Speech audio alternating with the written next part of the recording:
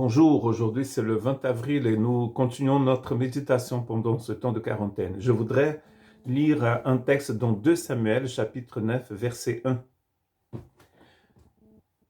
David dit, « Reste-t-il encore quelqu'un de la maison de Saül pour que je lui fasse du bien à cause de Jonathan ?»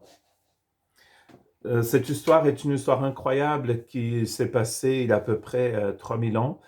David était déjà un roi bien établi en Israël. Et un jour, donc, peut-être il avait bien mangé ce jour-là, il faisait beau, et il pense à son ami Jonathan. Cela fait à peu près 20 ans que Jonathan est mort. Jonathan, c'était le fils d'un autre roi, celui qui a régné avant David, il s'appelait Saül. Et donc, Jonathan était devenu un grand ami de David, c'était son meilleur ami. Même si David était une menace à sa position en tant qu'héritier du trône. Et donc un jour, il a une guerre et le roi Saül et son fils Jonathan meurent. Et David, qui était déjà choisi par Dieu pour devenir roi d'Israël, et donc devient roi d'Israël. Et le jour où Saül décède, la dame qui s'occupait de son enfant court parce que en fait la tradition au Moyen-Orient c'est que quand un roi accède au trône, souvent il extermine la famille du roi qui vient de partir pour que personne ne puisse essayer de prendre le pouvoir. Et donc cette dame sort en courant de la maison avec le fils de Jonathan qui avait à peu près 5 et 6 ans, et donc il tombe et il devient infirme, donc il perd l'usage de ses jambes. Et pendant une vingtaine d'années, on n'entend plus parler de personne de la famille de Jonathan. Et donc un jour, David, il décide de faire grâce à quelqu'un de la famille de Jonathan.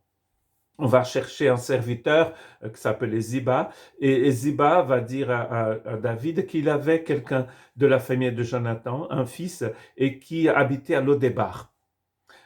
Déjà, Lodébar veut dire sans pâturage, un lieu au fin fond, un lieu perdu. Donc on voit bien que pendant toutes ces années, ces 20 ans, le fils de Jonathan, qui s'appelait Méphibosheth, habitait à Lodébar.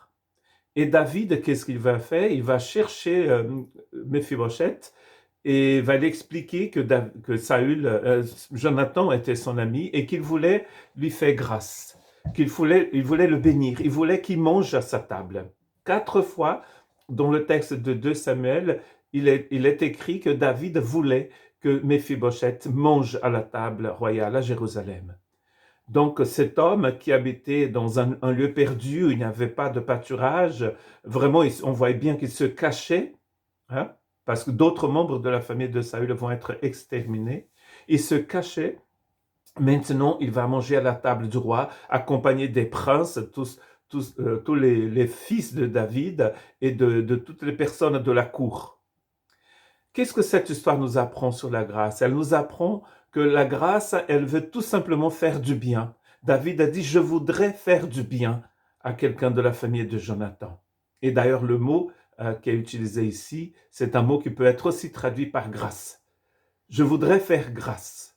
La grâce, c'est ça, tout simplement. Elle nous invite à un repas, elle nous invite à manger à la table du roi, le roi des rois, bien sûr, ici. Aujourd'hui, on peut dire bien que Dieu nous a envoyé son Fils pour nous inviter à manger à la table du roi. Qu'est-ce que Méphibosheth avait fait pour mériter de manger à la table du roi? Mais rien du tout.